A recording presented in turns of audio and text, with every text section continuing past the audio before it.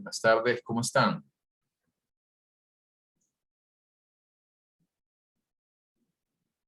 ¿Cómo vamos? Bien, ¿Ustedes? ¿Qué han hecho? ¿Qué tal de en estos días?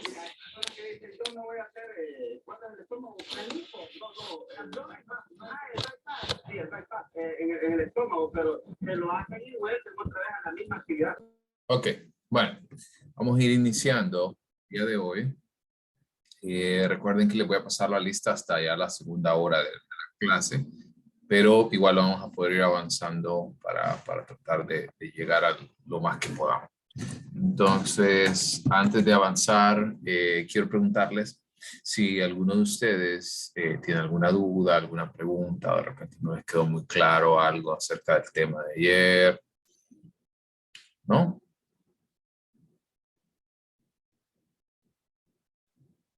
¿Estamos bien? sí. Perfecto.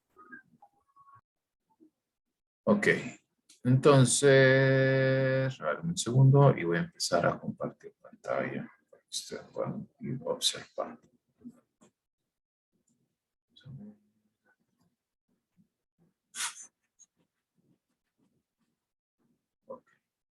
¿Están viendo pantalla completa? Sí. Sí. Muy bien. Si quieren, vamos apagando pantalla y empezamos a trabajar entonces por aquí. Ok. Hablábamos entonces acerca de que en el caso del sueño, y hablábamos antes, voy a regresarme un par de diapositivas antes, hablábamos de que pues los sueños son alcanzados en las distintas fases en la cual nosotros estamos dormidos, pero que existe, ese es un estado alternativo, pero también tenemos los estados alterados de conciencia. En el caso de los estados alterados ya son elementos que cambia el estado de conciencia de manera intencional. El más utilizado son, o los más utilizados, mejor dicho, son los que nosotros conocemos como el abuso de sustancias. Y esto podemos entender que existen tres estados importantes, que es el abuso, ya sabemos que es un patrón constante de consumo, la dependencia, que ya es un patrón compulsivo, eso quiere decir que necesita como tal ya de la sustancia para poder funcionar, y finalmente el síndrome de abstinencia, que es cuando se retira el estímulo y se genera ya la dependencia.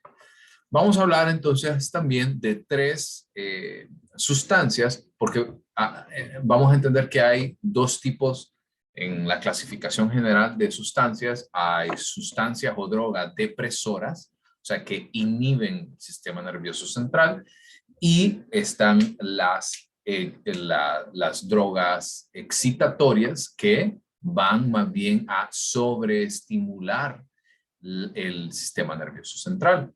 Como por ejemplo, el alcohol es un depresor porque lo que causa es, a ver, pregunta, cuando usted toma mucho, sobre todo, ¿qué pasa con este individuo?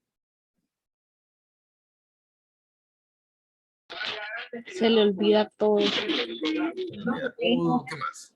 Es otra persona. Es otra persona. Y al final de la noche, ¿qué pasa?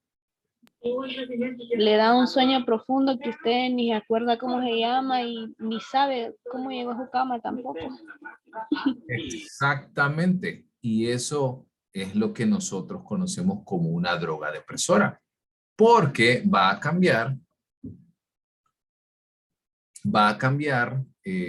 la forma en la que nosotros vemos, hacemos las cosas, y esto, el alcohol sobre todo, nos lleva a cambiar el estado de ánimo. Adelante. Entonces, por eso, digamos, cuando la gente anda, por decirlo así, despechado, voy a tomar porque ando despechado, estoy triste, voy a tomar porque según se van a poner, su autoestima cambia o algo así, ¿verdad? Sí, porque cambia el estado de ánimo. Y el estado de ánimo, bueno, vaya, por ejemplo, para comentarles acerca de eso, vean. Resulta que las sustancias son muy utilizadas para olvidar, entre comillas, ¿no? Lo que la persona está enfrentando. Por ejemplo, se enfrenta ante un desamor, pues toma para olvidar ese desamor, ¿cierto? O, por ejemplo, la persona toma porque tiene mucho estrés laboral y trata entonces de olvidarlo, y esta persona, al querer olvidar la situación, lo que hace es que toma y se le olvida, pero se le olvida mientras la sustancia esté presente en el cuerpo. Una vez que sale la sustancia del cuerpo, vuelve los mismos sentimientos y los mismos pensamientos, ¿cierto? ¿Ok? Entonces, ese es un gran problema de las drogas depresoras. Porque lo importante de las drogas depresoras es que inhiben el sistema nervioso central y todo lo que ustedes dijeron, que se convierte otra persona, que no la reconocen, que no saben quién es, que se comporta totalmente distinto, porque como inhibe el sistema nervioso central, entonces inhibe también de las funciones ejecutivas superiores. ¿Recuerdan cuáles eran las funciones ejecutivas superiores?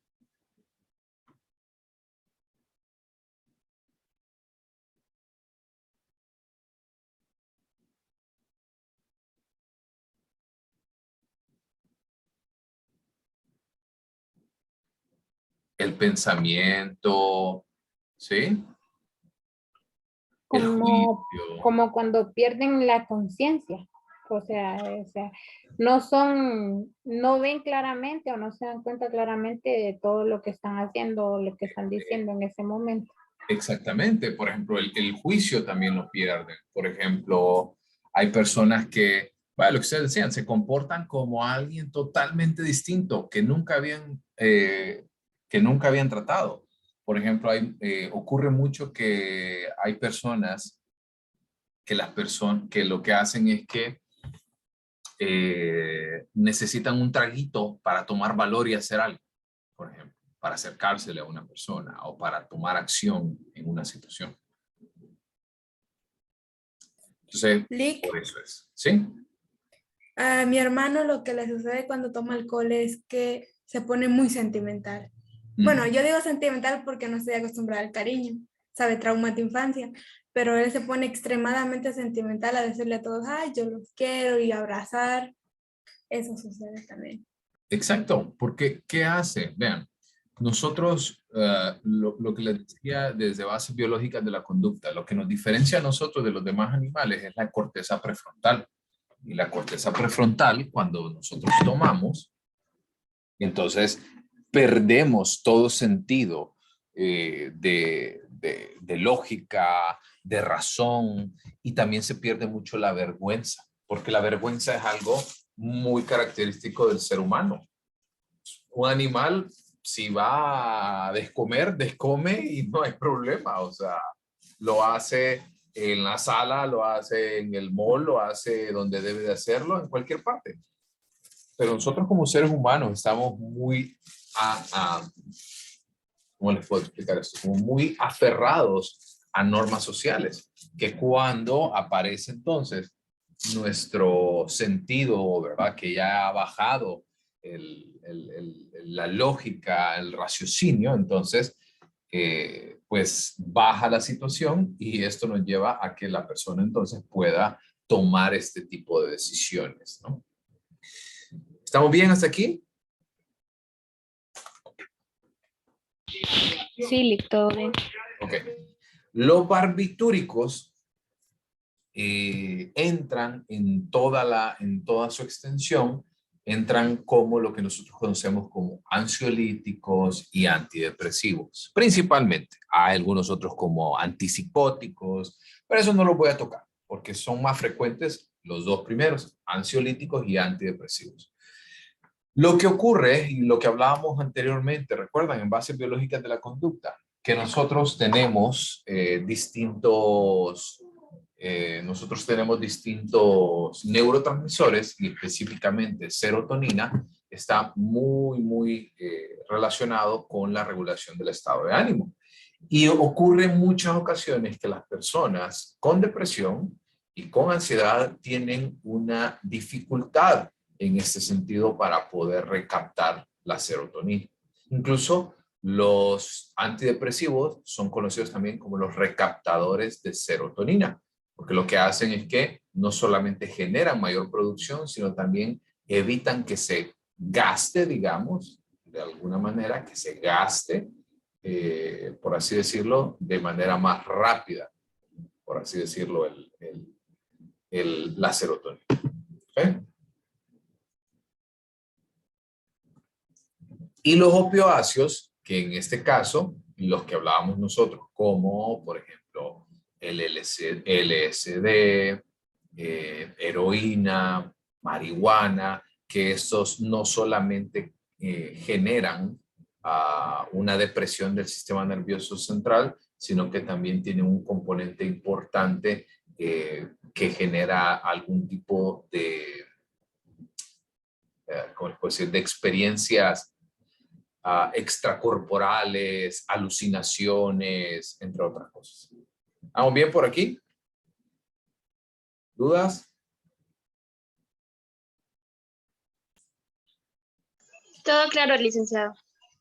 Muy bien.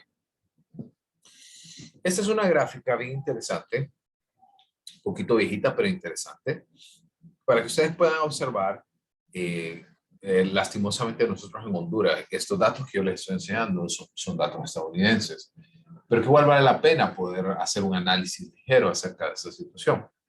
En Honduras no contamos con ese tipo de estadística.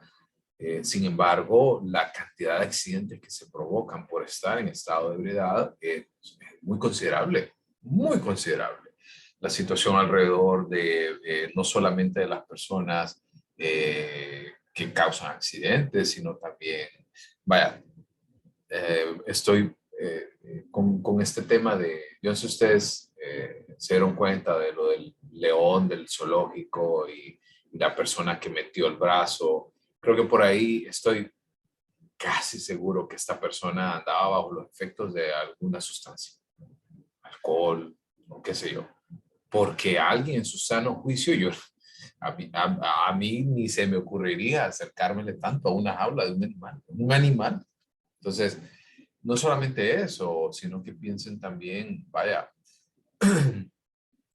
no sé si ustedes se dieron cuenta, ayer, el 4 de julio, que fue el Día de la Independencia en Estados Unidos, hubo una cantidad de tiroteos increíbles. ¿Se dieron cuenta acerca de esto? Sí, hubieran 2 oficiales heridos. Espérenme, pero hubo tiroteos en Nueva York, en Texas, en Filadelfia. O sea, increíble. Ustedes dicen, hombre, ¿qué está pasando? Y todo eso, o sea, alguna de estas personas tiene que andar en algún tipo de sustancia. Así que eso es algo interesante para que podamos comprenderlo. Ok, adelanto, no hay mucha información por acá. Ahora entremos del otro lado, ¿verdad? Si ya vimos sustancias depresoras, ahora hablemos de las drogas estimulantes. Y lo que hablábamos anteriormente, la cafeína. La cafeína es la sustancia más utilizada. Y no solamente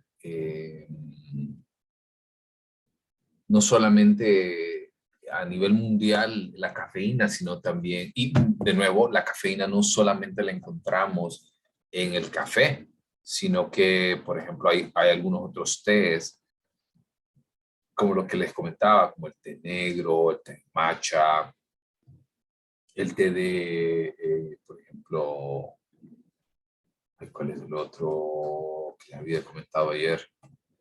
Mate, que tienen un grado de cafeína. ¿Ok? Mensaje, Joana. Ok, Leti, gracias.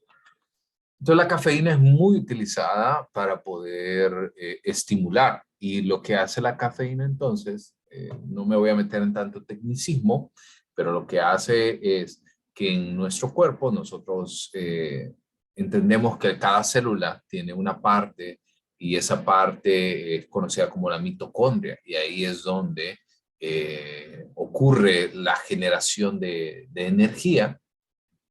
Entonces en este pequeño organismo, en este pequeño organelo es donde se genera este cambio. La cafeína entonces va a estimular la actividad mitocondrial para dar más energía. Hay otras que también se ha comprobado, como la nicotina y en mayor escala la cocaína, que generan una estimulación del sistema nervioso central sumamente alta. Y algunas anfetaminas, no todas, porque hay algunas que pueden parecer eh, que son estimulantes, sin embargo, hay algunas que generan hay un tecnicismo por ahí, porque la anfetamina es un adrenérgico, lo que hace es generar más adrenalina en el cuerpo y se metaboliza principalmente de manera hepática, o sea, por medio de los riñones, perdón, por medio del hígado. Y también esto hace que algunas drogas como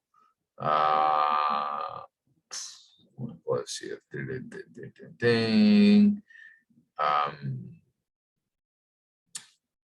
Por ejemplo, hay una droga que se llama, ¿cómo se llama? Rebacin, que se usa mucho para el tratamiento de TDAH, por ejemplo. Y esta es una droga que tiene una combinación de estimulador y de depresor, porque hay algunos casos en los que se necesita estimular para generar mayor atención y en algunos casos se necesita deprimir para poder hacer que baje la actividad psicomotriz principalmente. Hay algunas que son legales, como las que le acabo de decir, por ejemplo, se puede tratar, por ejemplo, algunas que son, como por ejemplo, se me olvida esta, que se utiliza mucho para tratar convulsiones. Se me escapó el nombre en este momento, pero pueden utilizarse entonces para tratar de estimular una mayor cantidad de actividad eléctrica, pero también hay una rama completa que son ilegales como tal, que pueden ser, por ejemplo, la anfetamina, por ejemplo, esta que genera la estimulación de la hormona de crecimiento, que es prohibida, por ejemplo, en distintas organizaciones deportivas. Así que las anfetaminas son un componente también importante que genera una estimulación en el sistema nervioso central. Y esta es una pequeña gráfica que muestra cuánto puede generar algún tipo de algunas bebidas que nosotros conocemos que pueden estar y que pueden tener algún tipo de cafeína. Y por eso les digo, no solamente el café tiene, sino que también hay distintos té, algunos refrescos. Por ejemplo, ¿a quiénes de ustedes les gusta el Red Bull? O la Monster, o la Raptor, todos esos.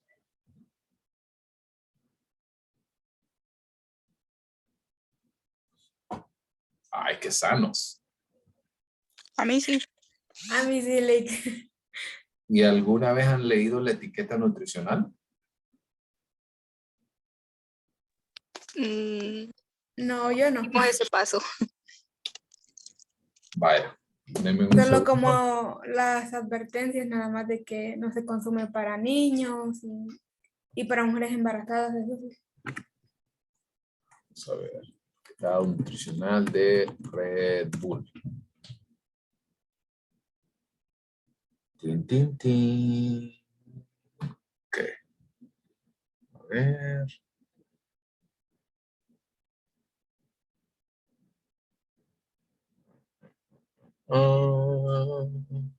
Por acá.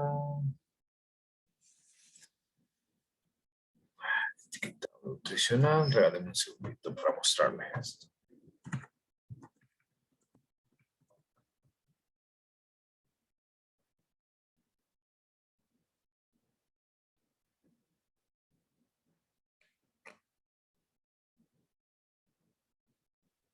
de los cuales un montón de estas bebidas también lo que tienen un montón de azúcar, por cierto. Ya les voy a mostrar, que casi no logro ver. No, es que están muy pequeños como para poder observarlos.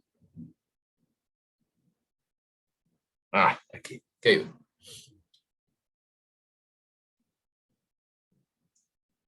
Okay.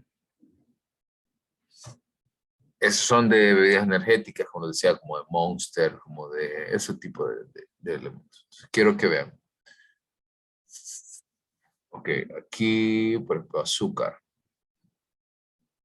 Por cada bebida, sí, tiene 11 gramos de azúcar. Para que tengan ustedes una idea, una coca regular, así de esas de medio litro, trae son como 40 gramos de azúcar, una cosa así. O sea, una brutada la cantidad de azúcar. Y si ustedes ven por acá, hay una cantidad considerable de cafeína. Y algo bien interesante que les quiero mostrar por acá, que yo no se los había comentado, pero que sí lo tenía en mente, se los pongo. Y dice, no mezclar con alcohol. ¿Pero qué hizo el ser humano? No, agarró la Red Bull y la metió con no sé qué otra cosa, con ron, bla, bla, bla, y ¡pum! Ahí está el nuevo trago. Quiero que observen entonces que la mayoría de estas bebidas energéticas lo que realmente tienen es un montón de cafeína. ¿Sí? De nuevo, cafeína. Por acá, la vitamina B del complejo B, pero aquí también tiene un montón de azúcar. Incluso, por ejemplo, los preentrenos. ¿Alguien va al gimnasio aquí? ¿Que tome un preentreno? Saben que es un preentreno, ¿verdad?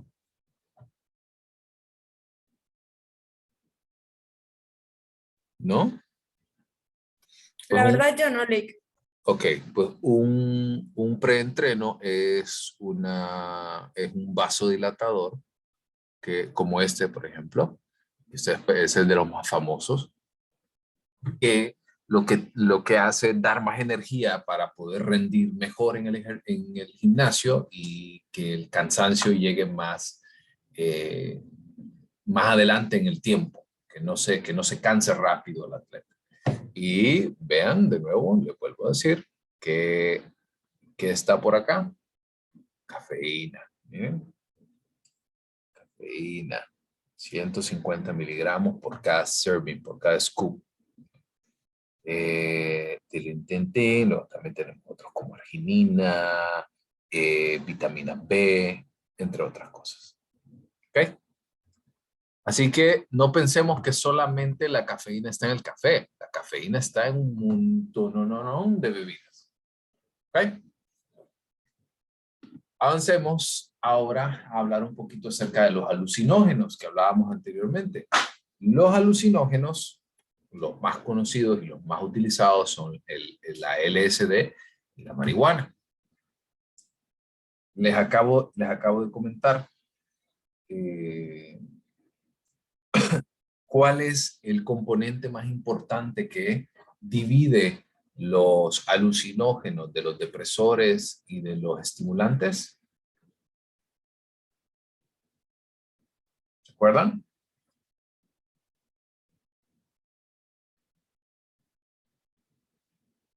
Las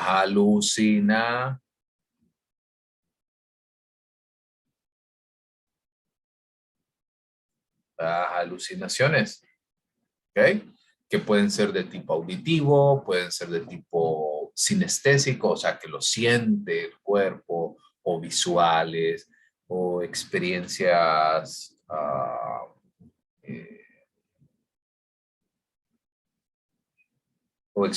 por ejemplo, de que se salen de su cuerpo, entre otras cosas. Así que los alucinógenos también pueden generar una alteración en el estado de conciencia.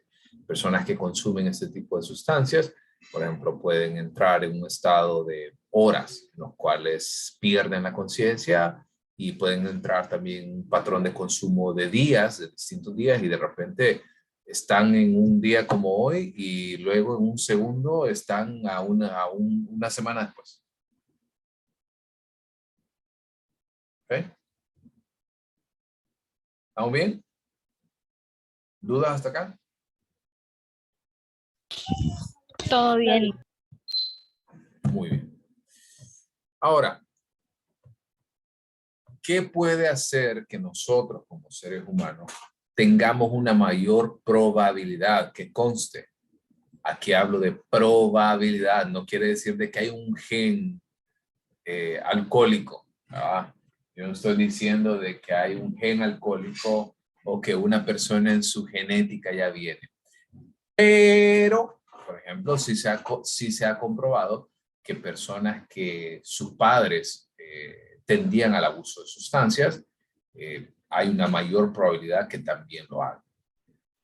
No se sabe si esto es más genético o social, pero estoy muy seguro que el escenario social también le da una mayor probabilidad. Por ejemplo, claro, es lógico pensar que una persona que ha visto a sus padres consumir drogas por mucho tiempo, que también lo haga, ¿no? Es lógico, ¿no? O, por ejemplo, a nivel cultural, en países principalmente como Latinoamérica, en los cuales el alcohol está presente en muchísimos escenarios. Nosotros hablábamos con una licenciada la vez pasada que ella va a dos de los municipios más pobres de Honduras, que son Yamaranguila y San Marcos de la Sierra. ¿Han escuchado acerca de estos dos estados, municipios, perdón? Son municipios prioritarios para la universidad. ¿Sabían?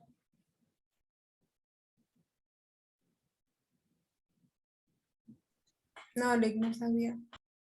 Porque son de los más, de los más pobres, son de los que tienen menores ingresos. Y lo interesante de esto es que con la licenciada hablábamos, porque ella va a hacer evaluaciones cada cierto tiempo y ella nota que las personas, por ejemplo, tienen un patrón de consumo.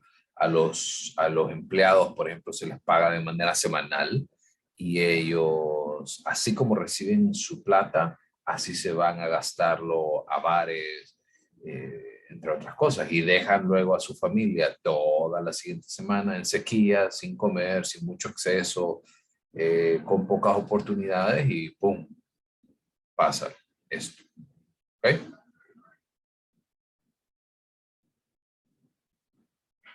¿Estamos bien?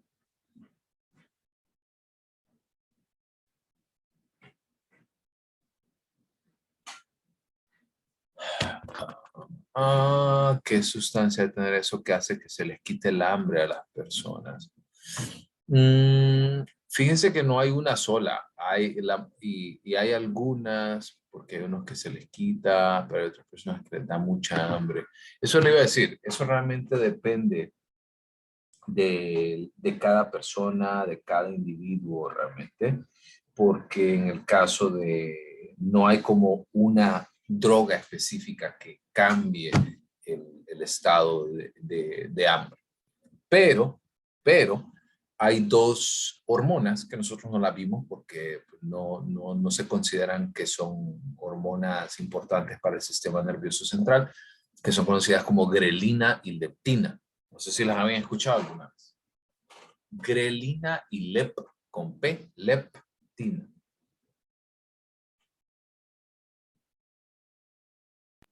No, Lick, no las había escuchado. Que estas son las dos hormonas encargadas de regular el hambre o la saciedad. En el caso de la grelina genera la sensación de hambre y la leptina de saciedad. Hay algunas personas que así como todo individuo, que son sensibles a ciertas,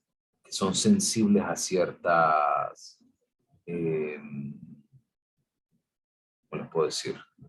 A ciertas sustancias, ¿verdad? Por ejemplo, se han fijado de que ustedes cuando comen ciertos alimentos se llenan mucho más rápido de cuando no lo hacen. Por ejemplo, los macronutrientes, hablando de carbohidratos, proteínas y grasas, generalmente la grasa y la proteína son los que sacian más. Pero generalmente nuestra alimentación es muy basada en carbohidratos. Muchísimo, demasiado para ser sincero. No sé si me entienden con lo que estoy hablando, ¿verdad? Carbohidratos, proteína, grasa. Cuando hablo de proteína, por ejemplo, hablo mucho de, por ejemplo, carnes principalmente.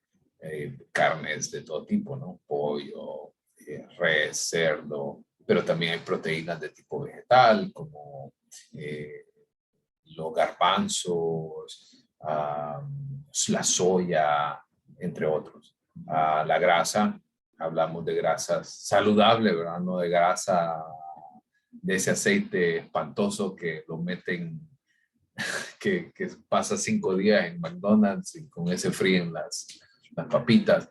Hablo de grasas como aguacate, nueces, aceites, ese tipo de grasa.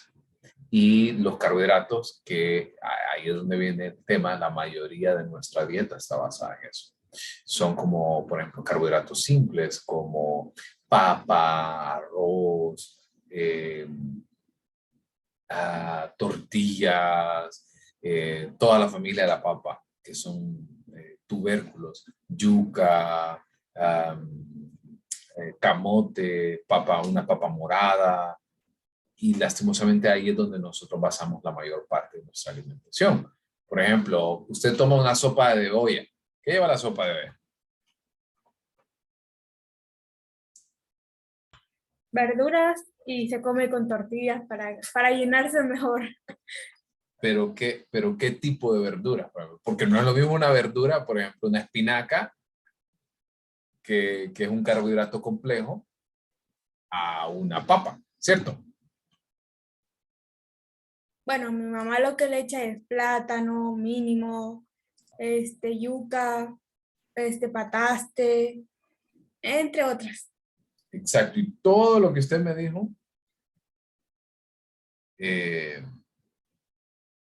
todo eso es un carbohidrato simple. ¿Ok? Así que no hay una droga como tal que inhiba, volviendo a la pregunta de Suani, no hay una droga como tal que inhiba específicamente el apetito. Pero lo que sí puede ocurrir es que como un efecto secundario se inhiba o se haga más pronunciado. ¿Ok?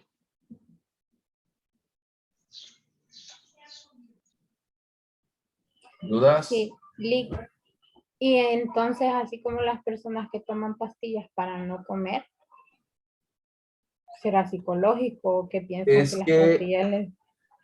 Es que dependiendo de qué esté compuesta, porque hay un montón de pastillas que lo que hacen es, por ejemplo, estas de Reduce Fat Fast, ¿se acuerdan?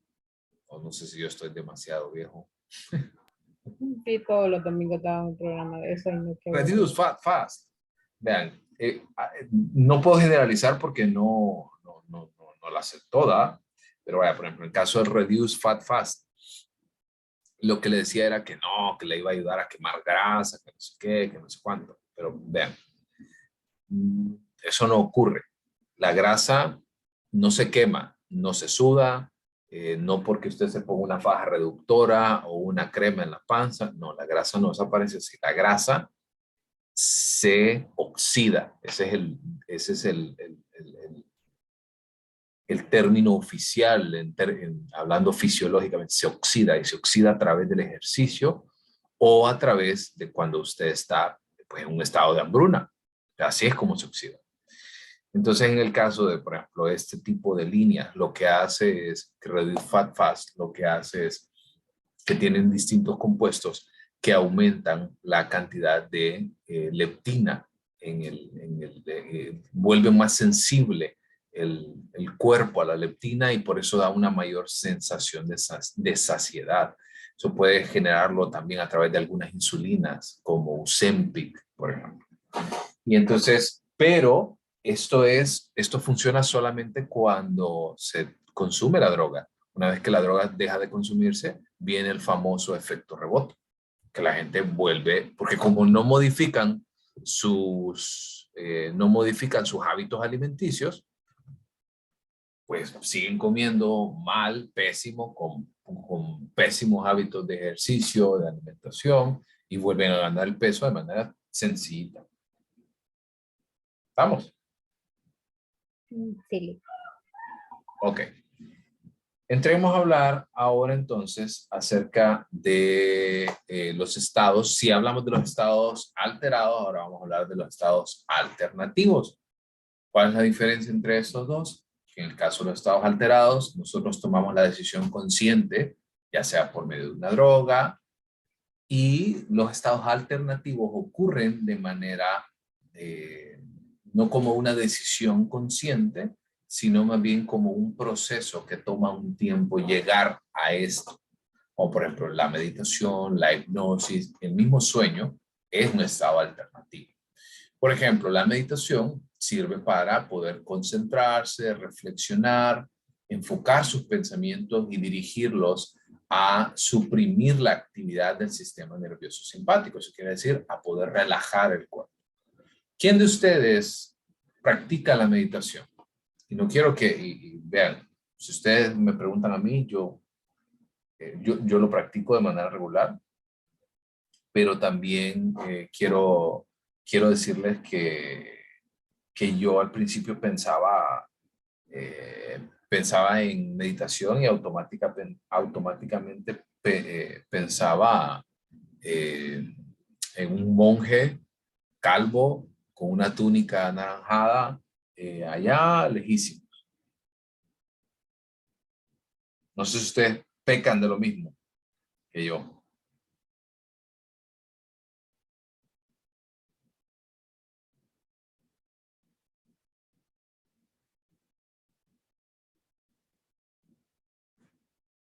Ya tengo uno más como más abierto de la meditación. Y sí, no es como tal cual practico la meditación, sino que a veces cuando estoy demasiado estresada por tareas o cosas, hago práctica de respiración. Como respiro por un minuto, se va asimilando algo a la meditación. Bueno, en mi opinión. Sí, y quiero decirles que en el caso de la meditación, vean, la meditación es sumamente importante, sobre todo porque genera cambios en nuestro estado de ánimo. Y el estado de ánimo nosotros lo podemos alterar por medio de, ¿cómo se llama? Por medio de la respiración. La respiración, de nuevo, o sea, nosotros somos hechos de materia celular y la materia celular necesita de oxígeno para poder llevar a cabo un montón de funciones. Y si nosotros le damos una mayor suplementación de oxígeno a nuestro cuerpo en general, nuestro cuerpo tiende a relajarse. Por ejemplo, usted cuando empieza a hacer ejercicio, o sea, que está activando su cuerpo, ¿qué es lo primero que le hace falta?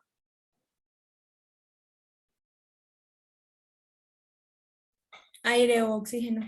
Aire. Te viene y da una corrida de 100 metros y va. Dios mío, ¿a qué hora empecé a hacer ejercicio? ¿Por qué? Porque entonces estamos privando al cuerpo de oxígeno. ¿Ok? Entonces la meditación hace lo opuesto. Lo que hace es brinda la oportunidad de cómo suplementarse con oxígeno. ¿Ok? La hipnosis, por otra parte, esta es una actividad que es generalmente dirigida o semidirigida por una segunda persona. Por ejemplo, nosotros generalmente pensamos en hipnosis, piensan en un reloj, alguien diciéndole, estás cansado, muy cansado. La típica escena de Hollywood, hablando acerca de este tema. Y realmente la hipnosis puede ocurrir en un contexto clínico. Y quiero que entiendan algo, la hipnosis no es algo, ¿puedo decir? No es algo iluso, no es algo que la persona, por ejemplo, cambia o es algo como brujería. No, la hipnosis se puede utilizar. Y es más, fue utilizada por muchísimos años a través de un montón de médicos. Por ejemplo, Jean Charcot fue de los primeros en utilizarlo. Incluso Sigmund Freud, que es el padre del psicoanálisis, que lo vamos a ver más adelante, utilizaba la hipnosis como una de las herramientas más importantes para dar psicoterapia. Entonces, lo que hace la hipnosis es, lo deja a usted en un estado de trance. Ustedes podrían describir a alguien cómo se siente cuando usted ya se está quedando dormido. No está dormido, pero está en ese estado de transición entre despierto y dormido.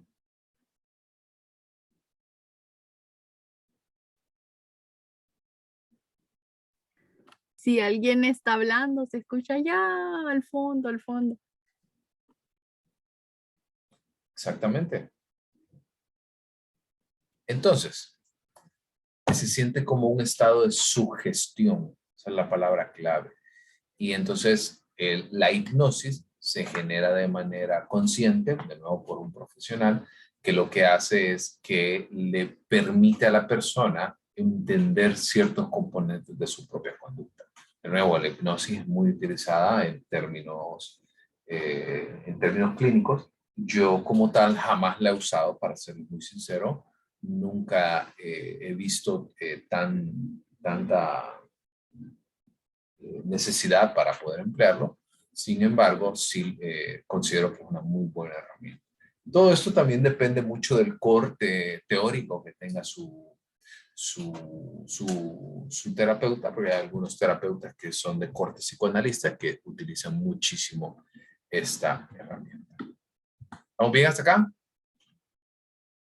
¿Dudas, preguntas, consultas sobre los estados de conciencia?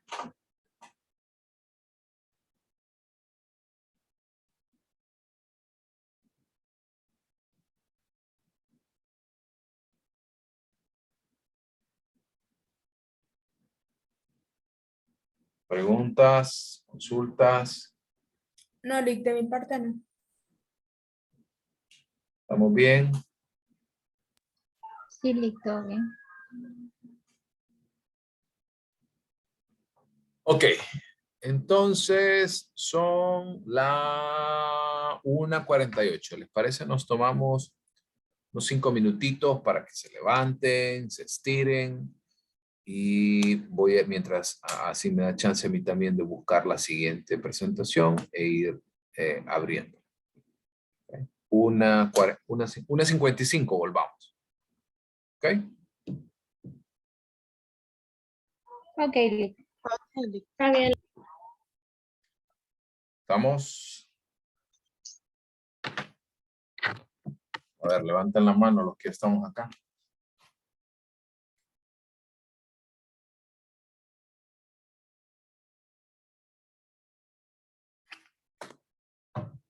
Nueve, 18. En arriba. A ver, en arriba. Arriba, arriba, arriba, arriba. 11. 12. A ver, Marjorie, Letty, Jeremy, Genesis. Solo me hace falta. Bueno, ya estamos la mayoría. ¿Ok? Iniciemos entonces con el siguiente tema, que es aprendizaje. Ahí está Jeremy. Ok, ¿qué es aprendizaje? Quiero empezar hablando y quiero preguntarles a ustedes antes de darles la definición de aprendizaje. Me gustaría oír a 3 o 4 personas qué piensan que es el aprendizaje.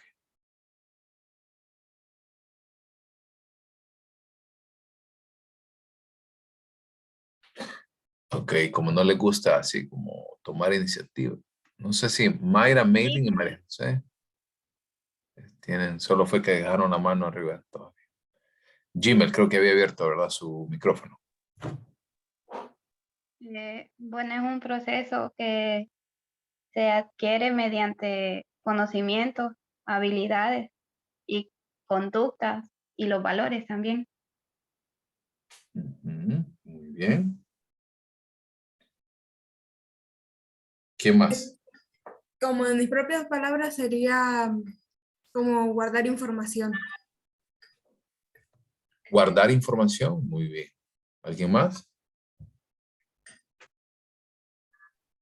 El aprendizaje, Lick, pienso que, bueno, es algo que adquirimos a medida pasa el tiempo, según nuestras necesidades. Por ejemplo, el ejemplo más claro creo que es los que tenemos niños. Bueno, yo tengo uno, o sea, uno les enseña todo y ellos aprenden según la edad, van aprendiendo cosas nuevas. O sea que es conocimiento constante que lo adquirimos en cada momento de nuestra vida. Muy bien. Conocimiento constante. Muy bien. Creo que todo lo que ustedes acaban de decir es correcto. Y es correcto hasta cierto punto porque digamos que complementa. Porque para mí, antes de mostrarles el concepto es, vaya, retomando el ejemplo que hablaba María José, que tiene un bebé. Un niño aprende, pero no solamente aprende, sino que ejecuta. Por ejemplo, mucha gente piensa en aprendizaje y automáticamente piensa en libros. ¿Sí o no? ¿Quién lo hace? A ver, sinceramente.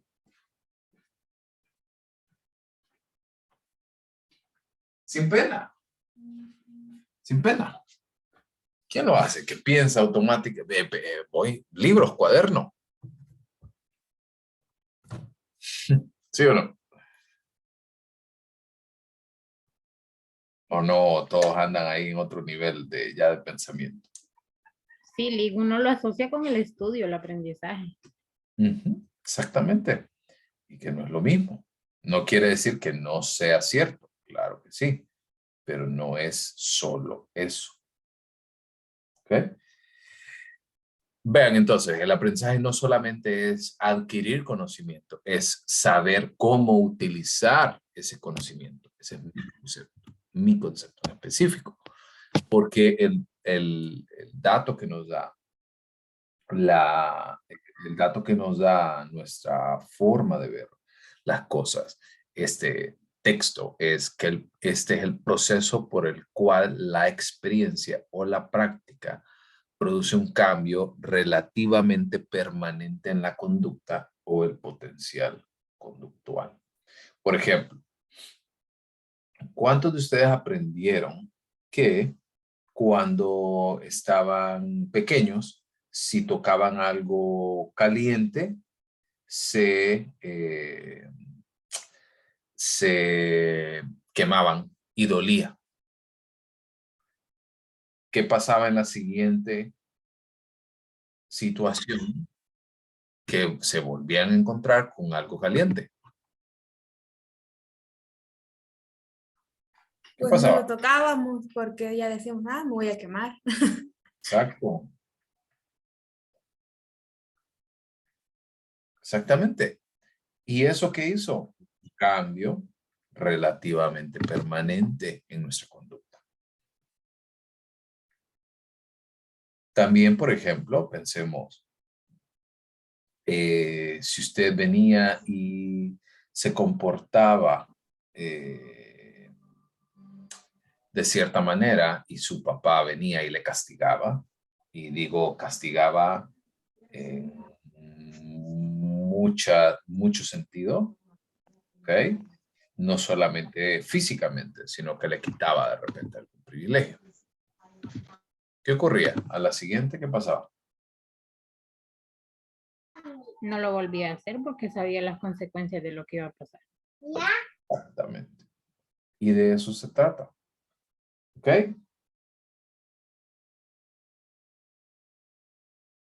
¿Estamos bien? ¿Dudas? Sí. Ok. Entonces, ese es algo importante que nosotros debemos de entender, que cuando hablamos de aprendizaje, nosotros aprendemos de muchas maneras, no solamente de la forma, ¿verdad?, en que nosotros hemos concebido el estudio, que es un lápiz, un papel, esto, aquello, ¿ok? Sino que nosotros también aprendemos a través de las distintas experiencias. Y algo para poder ejemplificar un poco la situación acerca de esto es el condicionamiento clásico o pavloviano, ¿ok? ¿Alguien había escuchado alguna vez acerca de Iván Pavlov?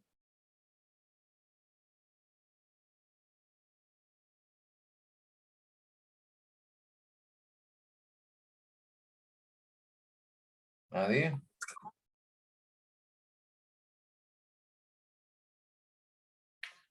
Nadie nunca había escuchado acerca de este hombre, Iván Pavlov.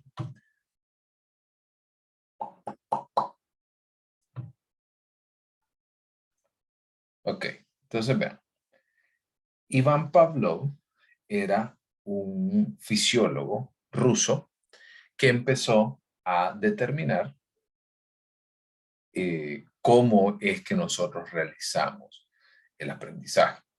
Y lo interesante del aprendizaje es que él se planteó que él podía enseñarle a un perro a poder hacer ciertas conductas a pesar de que no lo planteara o que no lo pensara de manera consciente. Por ejemplo, ustedes vienen y vaya, por ejemplo, yo siento el olor del café en la mañana y automáticamente le hago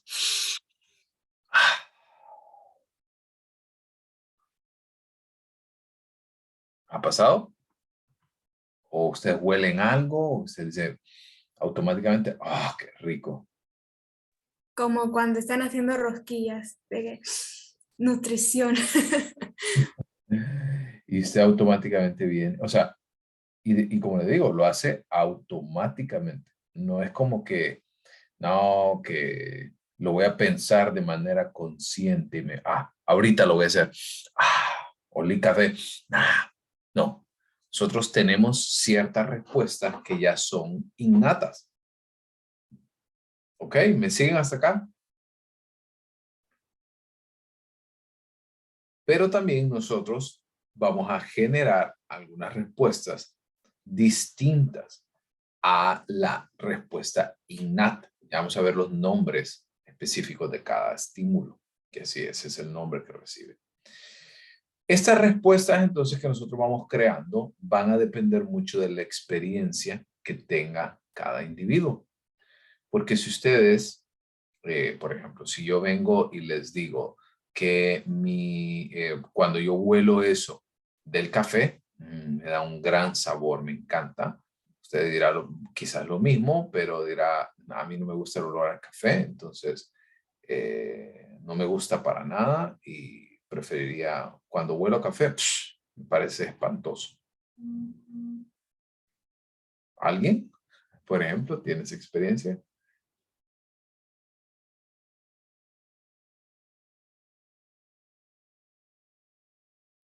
No espantoso, pero no tampoco que yo le diga, ay, qué rico.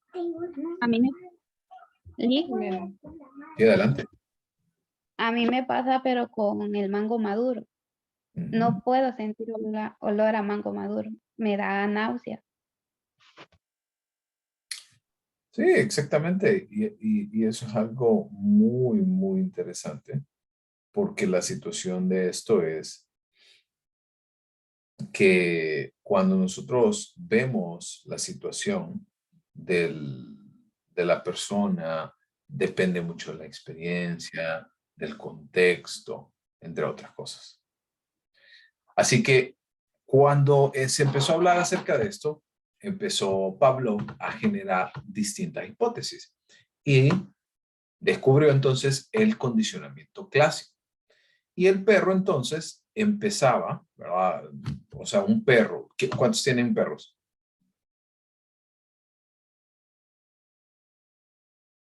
Yo tengo Lick. Yo tengo Lick. ¿Y les ha pasado que usted está comiendo y no le da comida, pero está tan encima de usted que usted hasta ve cómo le cae la saliva?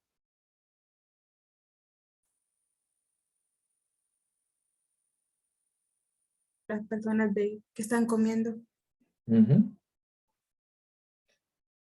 Entonces yo ellos se alejan, o sea, ellos en su lado y los que están comiendo en su lado. Ya luego en la tarde a ellos le toca. No, pero me refiero a que si literalmente usted ha visto cuando el perro está salivando tanto que, o sea, literalmente le caen las gotas al suelo.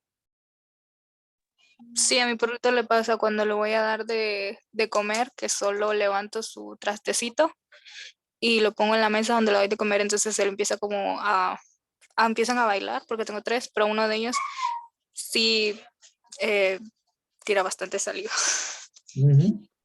Entonces, esto es una respuesta que es una respuesta normal, o sea, es una respuesta natural del perro.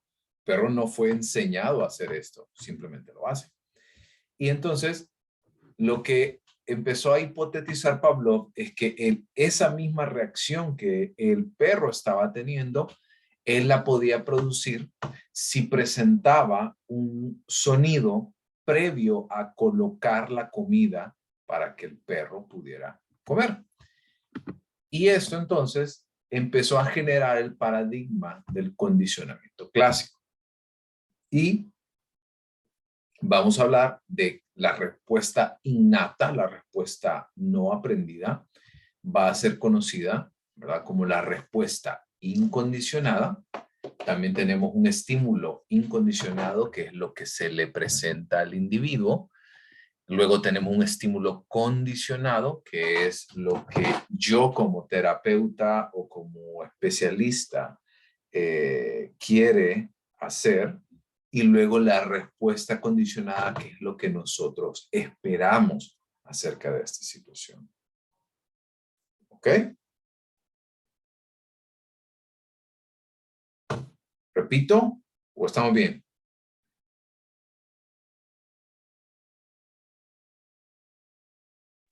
¿Todo bien, Lick? Ok.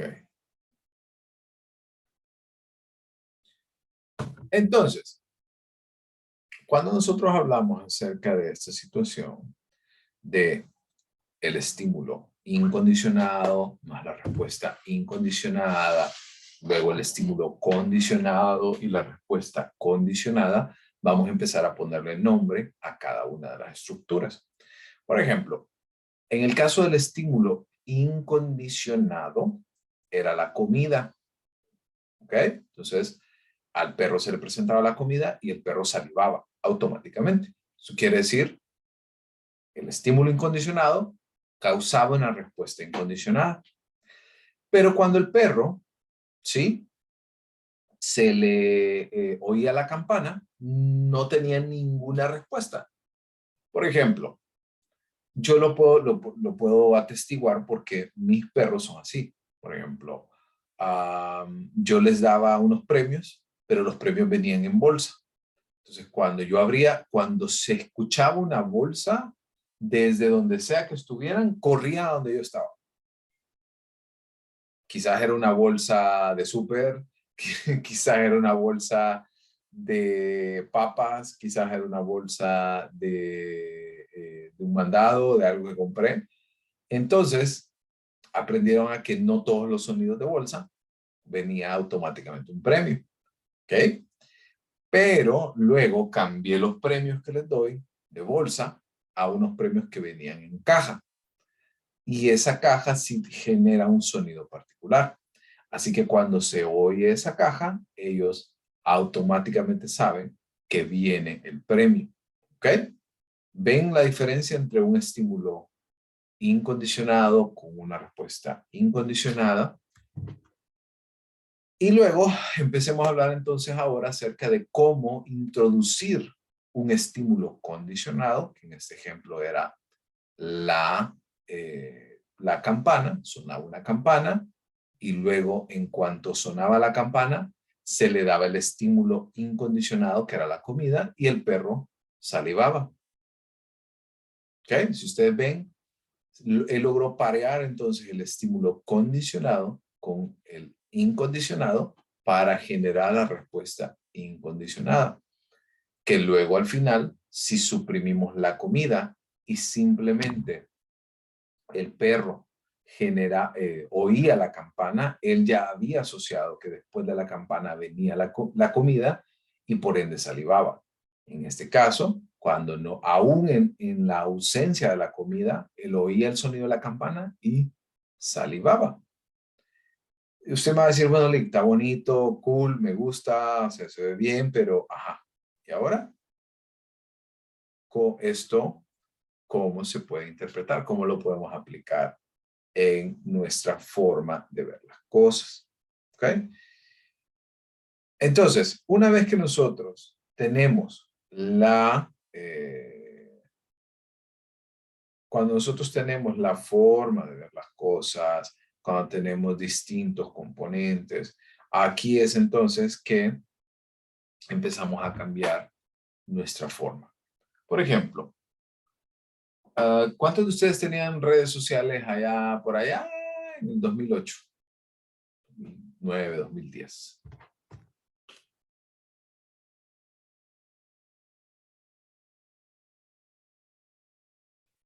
¿Nadie? Nadie estuvo cuando empezó el boom bueno, yo no les quiero decir mi edad, pero No me dejaban en ese tiempo. Yo tuve Hi-Fi. Eso le iba a decir. Hi-Fi. En Honduras fue la primera que pegó, pero luego ya en Estados Unidos había otras como MySpace. Bueno, Estaba el BB Ping leak de los BlackBerry. por ejemplo. Y cuando usted escuchaba, por ejemplo, una notificación que no era tan fácil tener smartphones en aquel momento, pero usted escuchaba una notificación de red social y no le prestaba mucha atención. Pero cuando usted empezó a parear el sonido de la notificación con la sensación de sorpresa, la sensación de, hey, alguien me escribió, o hey, algo me pasa en el perfil, me están tratando de contactar, ¿qué pasa por acá?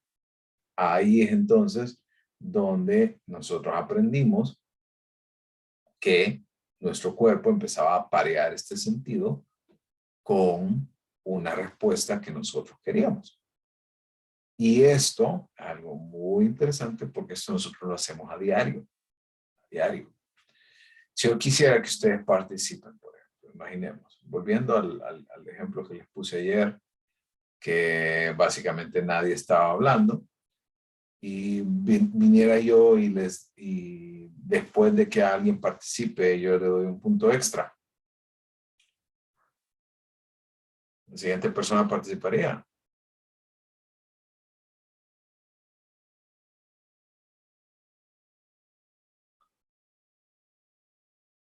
¿Qué creen?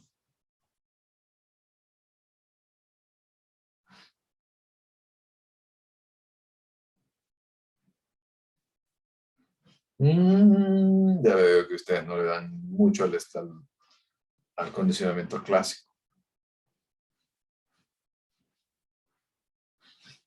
Nos va a motivar a participar, Liz. Luego va a tener que silenciar. Bueno, imaginemos que esto ocurriera con estudiantes que me están escuchando, no sé si no me están escuchando, qué, no sé si me entendieron o no me entendieron. Imaginemos de que si yo empiezo a dar puntos por cada participación, ¿usted cree que todo el tiempo me escribiría? Me escribirían, abrirían el micrófono, harían esto, harían aquello. ¿Por qué? Porque entonces yo pareé algo que me daba una respuesta con un estímulo condicionado para generar una respuesta condicionada. ¿Qué es la respuesta condicionada? Lo que yo quisiera es participación. Y el estímulo incondicionado serían los puntos extra. Quiere decir, yo, a través de los puntos extra, saben que si yo genero la participación, viene la respuesta condicionada. ¿Estamos? Todo este tema del condicionamiento clásico, no quiero que piensen que, qué bonito, una campana, un perro, pero eso no se aplica a la vida humana. Claro que sí.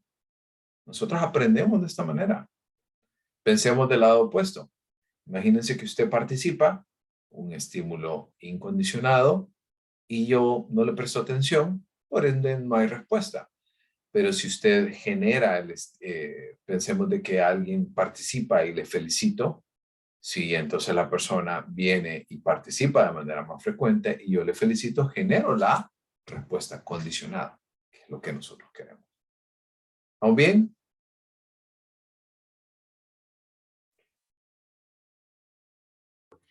Sí, todo bien.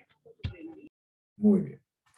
Avancemos entonces a hablar de los siguientes componentes, de los siguientes teóricos del condicionamiento clásico. Al dejarle de Pavlov, que ahora vamos a hablar de John Watson y Rosalie Reiner. Antes de hablar acerca de estos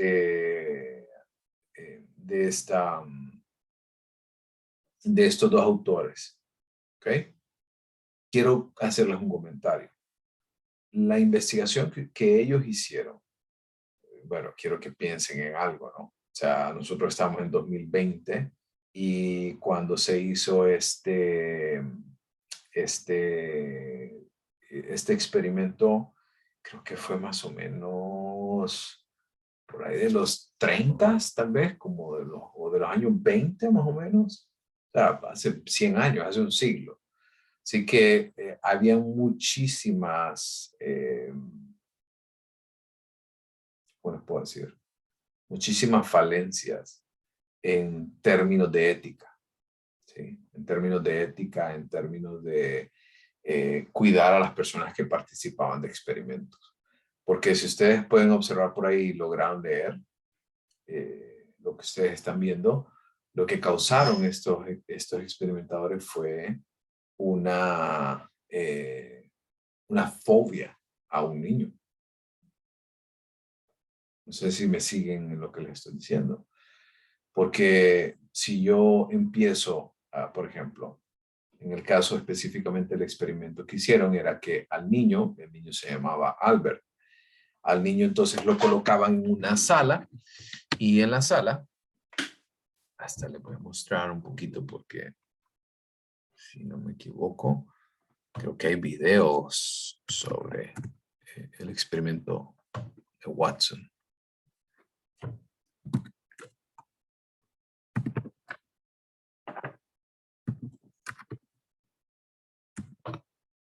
Tin, tin, tin, tin, tin, tin, tin. Sí, aquí está. Regálame un segundito. John B. Watson. Impresión tiene subtítulos. Regálame un segundito.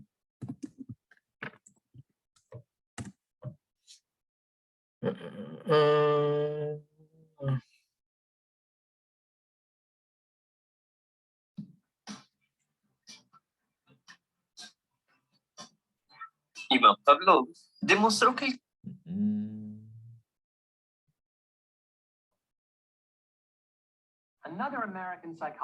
Otro psicólogo norteamericano muy influenciado. Ok.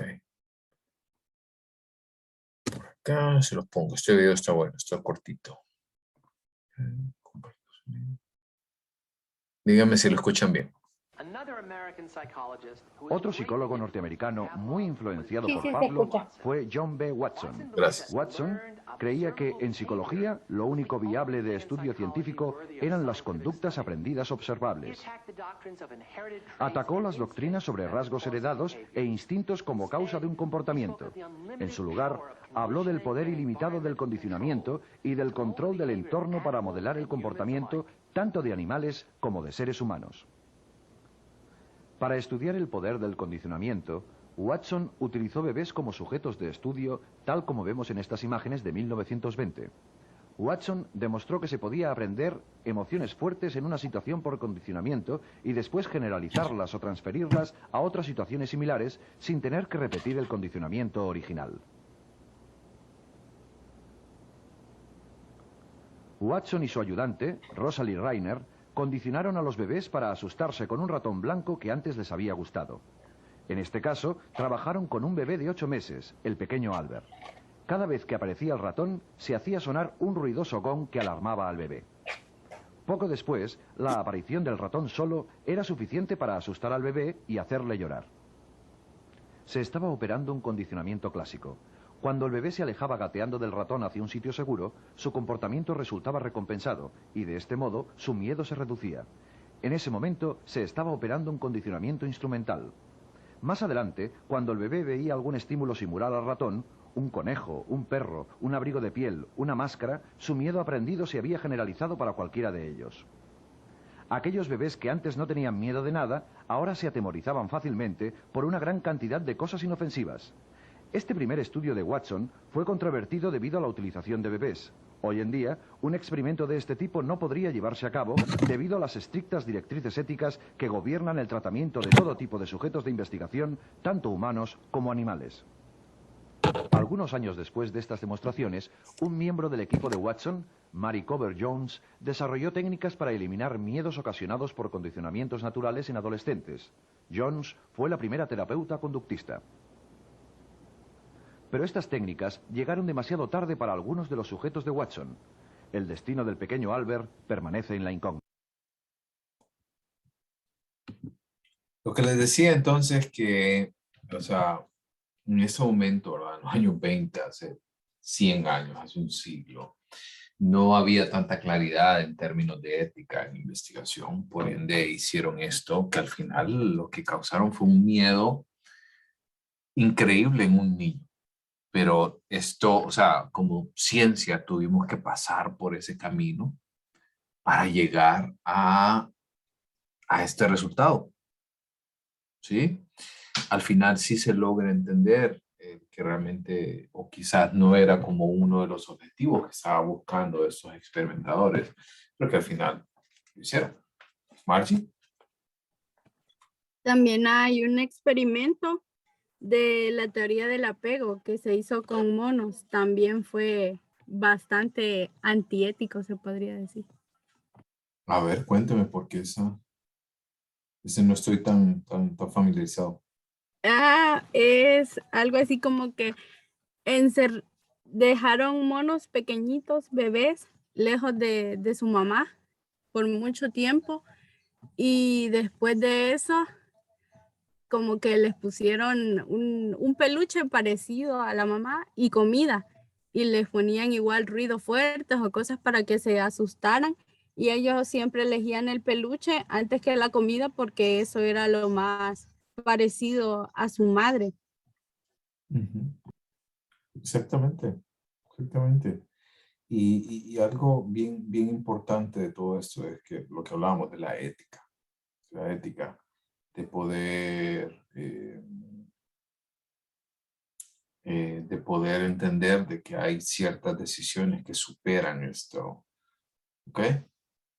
En el caso, volviendo ya un poquito más a este tema, regresando, ya no hablando más de ética, al final lo que descubrieron es algo muy importante, porque esto, como ustedes pudieron observar en el video, no solamente generaron el problema, sino que más adelante generaron la solución, que es conocida como la terapia de sensibilización. Yo creo que ustedes la habrán escuchado, quizás no tanto como de sensibilización, pero en pocas palabras a lo que nosotros nos referimos con desensibilización es con una exposición sistemática ante los miedos, pero de una manera controlada, ¿ok? Porque al final para eso se diseña. Esta situación de la terapia de sensibilización es que va a tratar de reducir gradualmente la ansiedad acerca de este objeto o de la situación en particular que está viviendo. Regáleme un segundito, por favor.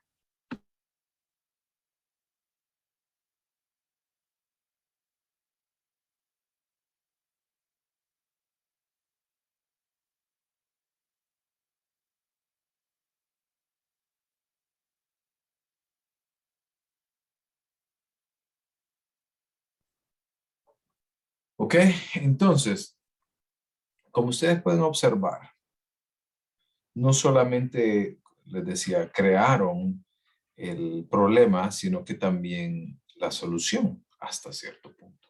Pero como pueden observar, llegaron a la solución quizás un poco más tarde de lo que algunos lo hubieran querido. ¿Ok? Ahora bien, el condicionamiento clásico como tal es un condicionamiento selectivo, porque probablemente no todas las conductas pueden ser entendidas a través del condicionamiento clásico, porque hay algunas decisiones que nosotros tomamos de manera consciente y hay algunas otras que tomamos de manera inconsciente. Algo importante de toda esta situación es que necesitamos una preparación y una contrapreparación. Por ejemplo, voy a seguir la misma naturaleza que hablábamos. Vamos a hablar primero de animales y luego vamos a hablar de seres humanos. En el caso de los que tienen mascotas, que dedicaron un tiempo a poder enseñarles cómo hacer X o Y actividad. ¿Alguien me quiere compartir? Por ejemplo, yo a mi perra, la labrador, le enseñé cómo dar la pata, por ejemplo. ¿Alguien hizo algo parecido?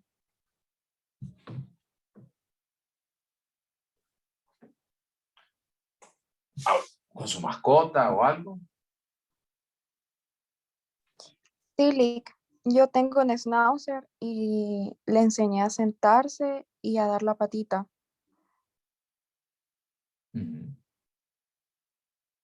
¿Y cómo lo hizo? ¿Cómo se lo enseñó? Pues con premios. Se le decía, se le mostraba qué hacer y luego se le decía qué hacer y si él lo hacía se le premiaba. Entonces así fue aprendiendo. Eso quiere decir que necesitaba de preparación. Sí. Pero piense ahora, porque estoy seguro que en algún momento o en muchas ocasiones no le prestaba atención. Se dijeron, o no iba o no seguía el plan. Usted dijo, ¿cómo puedo hacer? ¿Y si le enseño? ¿Y si lo hago yo? Por ejemplo, en mi caso, me pasó que le enseñé a abrir la puerta.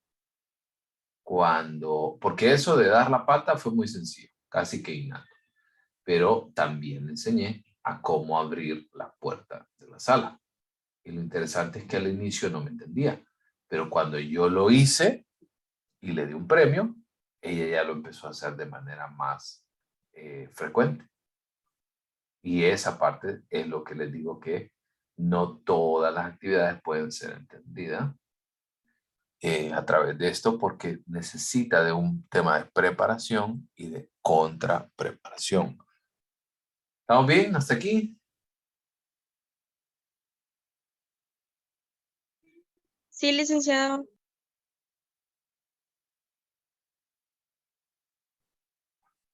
Muy bien. Tin, tin, tin, tin, tin. A ver, sorry.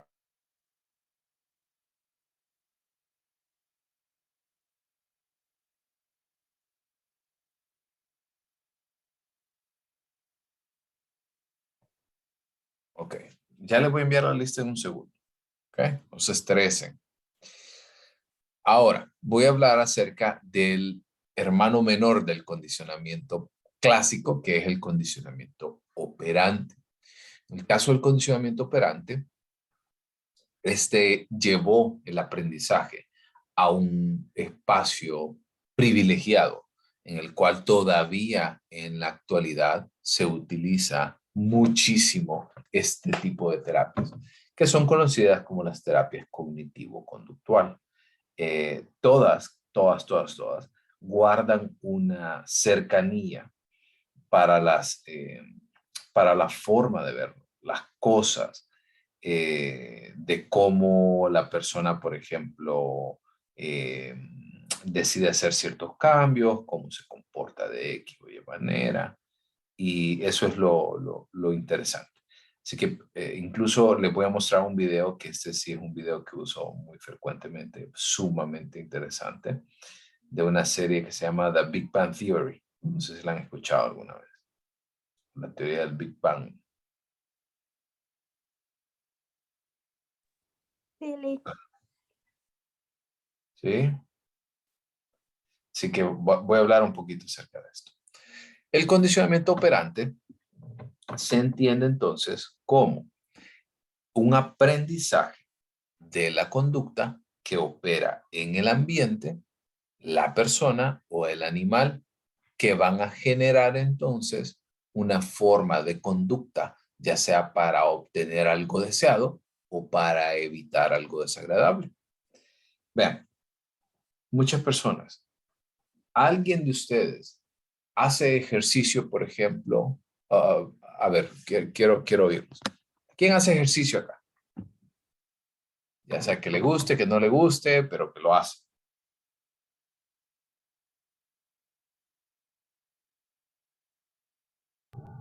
Yo hacía, pero ahora ya no. Ok. ¿Y por qué lo hacía, Sonia? Diversión. ¿Por qué? Por diversión. Por diversión, o sea que lo hacía porque le generaba algo agradable, ¿no? Sí, me mantenía la mente ocupada. Me gustaba estar con mis amigos y jugando. Ok. Eso quiere decir de que hay algunas otras personas que, entonces, que la mayoría de personas que hacen ejercicio es porque no les gusta también. ¿Cierto? Vaya, no lo voy a juzgar.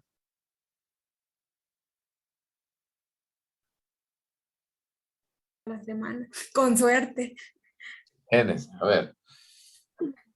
Entonces, ¿por qué hace ejercicio usted? Carlos, ¿por qué hace ejercicio usted? Bueno, pues al principio en realidad porque no me sentía como muy bien de ánimos, entonces un amigo iba al gimnasio, entonces me dijo, vamos, me dijo, entonces yo le dije, vamos, entonces de ahí noté como que yendo todos los días me desestresaba bastante, entonces me servía bastante para eso. Ahora pues lo hago por eso y para verme bien. Ok, muy bien, muy bien. O sea, para lograr algo que usted quiere, ¿no? Porque es algo agradable, porque es algo que yo deseo. Deseo un cuerpo, deseo un buen cuerpo, verme bien. ¿Alguien más? Quiero llegar a algo, porque vean, hay otras personas, a mí me gusta mucho hacer deporte, pero hay otras personas que no les gusta hacer deporte, pero que igual lo hacen porque de repente quieren evitar una enfermedad. ¿Les ha pasado? Quizás tiene usted un familiar, un amigo, que dice, a mí la verdad no me gusta hacer ejercicio, pero lo hago porque estoy teniendo problemas para regular un poquito el azúcar y el ejercicio me ayuda bastante, por ejemplo. Entonces, yo no quiero desarrollar diabetes. Sí, yo lo hago por no seguir engordando más, por así decirlo, por no seguir ganando más masa muscular que la que tenía antes. Uh-huh.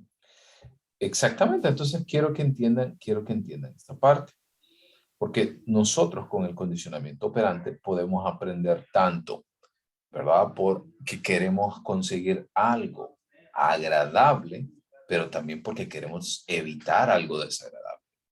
Y eso es muy, muy importante porque el condicionamiento operante va a trabajar en estos sentidos, no solamente en cosas muy puntuales como las que acabamos de hablar, sino que opera alrededor de todo lo que trabajamos, todo lo que nosotros hacemos. Y aquí entran en juego dos elementos importantes que nosotros hablábamos como estímulos condicionados e incondicionados. En el caso del condicionamiento operante va a trabajar como, y se denomina como un reforzador y como estímulos aversivos.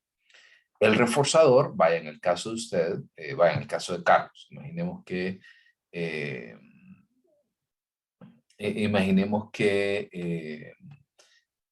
bueno, empezó de cierta manera y cuando empezó a ver, dijo, puchica, me veo bien, me queda mejor la ropa, me gusta más el jean ahora que aquel jean que ya parecía que el botón iba a salir volando en cualquier segundo, ahora me queda mejor, ya me queda más flojo, la gente me dice que me ve bien, ¿cierto? Todos esos son reforzadores para que continúe, ¿sí? Esa manera, esa conducta. O al revés puede ser cierto, puede ser que alguien, porque está cansado de que le digan, pucha, qué gordo está, puchica, déjale comida a todos los demás, pucha, todo el sueldo te va en comida, etcétera, etcétera. Como bullying, por ejemplo. Es un estímulo aversivo que lo que queremos es que la persona reduzca una probabilidad de algo. Eso quiere decir de que vamos a tratar de reducir esta conducta. Esto lo vamos a ver más a profundidad el día de mañana, ¿verdad? Porque vamos a hablar también de unos de los autores más importantes, hablando del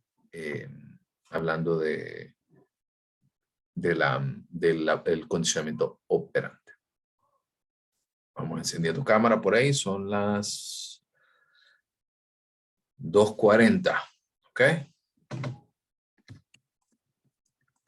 ¿Dudas? ¿Preguntas?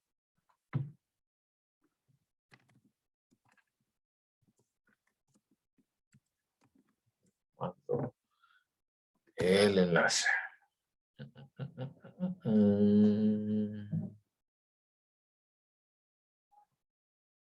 Ok, la otra pregunta que les iba a hacer, perdonen que se me había escapado, por ahí nada más había hablado con algunos, creo, ayer. ¿Les parece? Sí, porque definitivamente el día jueves y el día viernes no voy a poder dar la clase, porque tengo otros compromisos, pero quería saber si mañana podemos hacer igual que hoy, que iniciamos a la 1 de la tarde y finalizamos a las 3. Ahorita en lo que termine de grabarse, en lo que termine de convertirse la grabación, la voy a subir a YouTube para que los que no se conectaron a la 1 de la tarde puedan ver el final de la clase. ¿Ok? ¿Están todos de acuerdo? ¿Alguien no podría? Yo sí. Y si no pueden, recuerden que igual, ¿verdad? Lo grabo y les entrego la grabación. ¿Sí? Muy bien, entonces nos veremos mañana 1 p.m. ¿Ok? Recuerden también, por cierto, algo que se me había escapado. Creo, ¿quién había quedado comprometido? Creo que había sido Jocelyn, ¿verdad? Con respecto a enviarme lo de los grupos. ¿Recuerdan? Para lo de la unidad 3. Y solo quiero revisar porque no estoy seguro, Jocelyn, si usted me lo envió el correo electrónico. Por acá. No lo ubico. Creo que no. Creo que hoy no se conectó. Lick, ¿Sí? lo que pasó fue que, bueno, con respecto a mi grupo, fue que tuvimos que armar con integrantes con mismas carreras porque los demás ya estaban completos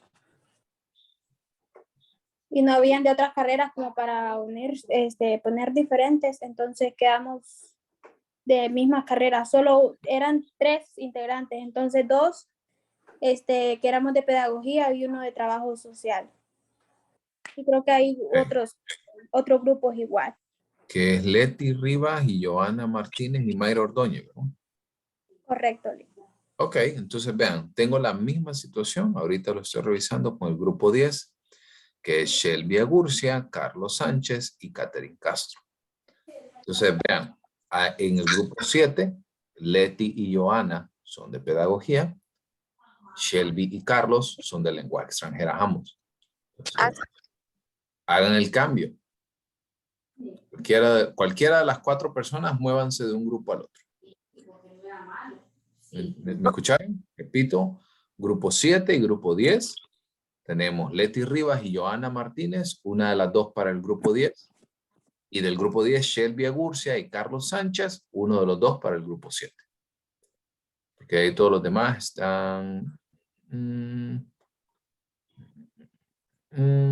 trabajo social. Aquí tengo, vean, aquí, el grupo... ok, Grupo 7 y grupo 10, ¿listo? ¿Me entendieron? Perfecto.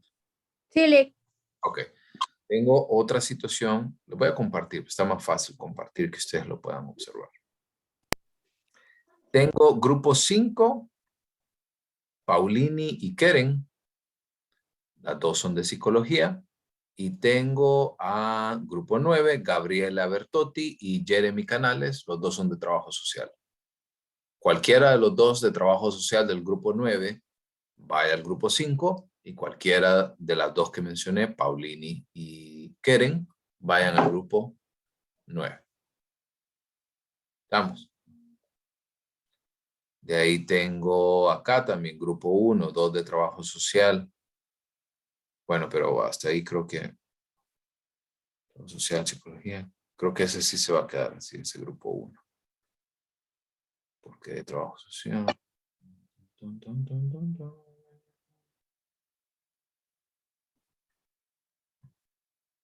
Bueno, ese grupo 1 ahorita se va a quedar así. Son 2 de trabajo social. ¿Estamos? Ok, hagan las correcciones y de los 4 grupos, hagan la corrección y una sola persona me envía los 4 grupos nuevos como quedan. Y lo otro, recuerden, les había pedido para esta semana que discutamos sobre los temas que van a traer.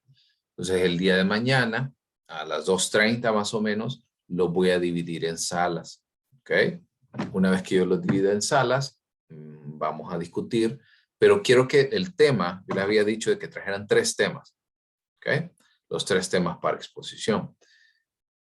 Quiero que me digan, no que me vayan a decir, Lick, a mí me gustaría hablar sobre el aprendizaje.